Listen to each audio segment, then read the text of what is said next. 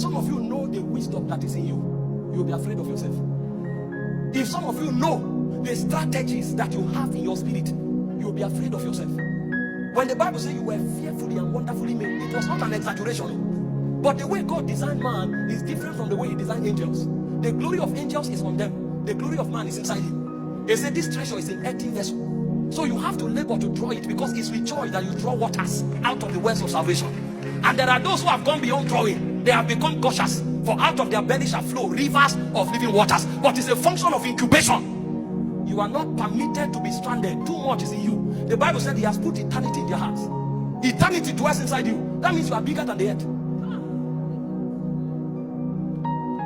That's the mystery of man. Don't you know that heaven is inside you? Heaven is not just a place where God dwells. There's a dimension of heaven inside you. So there is a place where the throne of God is, but there's also another place in your heart where the throne of God extends to.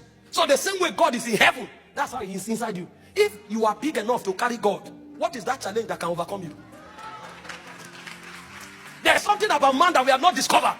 The Bible speaking, he said, where is the house that you have built for me? He said, the heaven is my throne, the earth is my footstool. So heaven and earth can't accommodate God, but God dwells inside you. So what is your capacity that you have not explored? Does that not suggest to you that your heart is larger than heaven and earth? But what can you draw? You have not journeyed deep into yourself. By the time you travel into yourself, that's when you will know the everlasting depths that God has put there.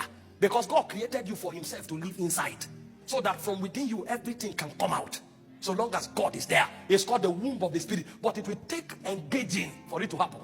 Some of you, you will need many hours of worship for the river to flow. So you worship for 10 minutes, you wanted to go. They are drawing you back. You have not opened the gate. The gusher has not started.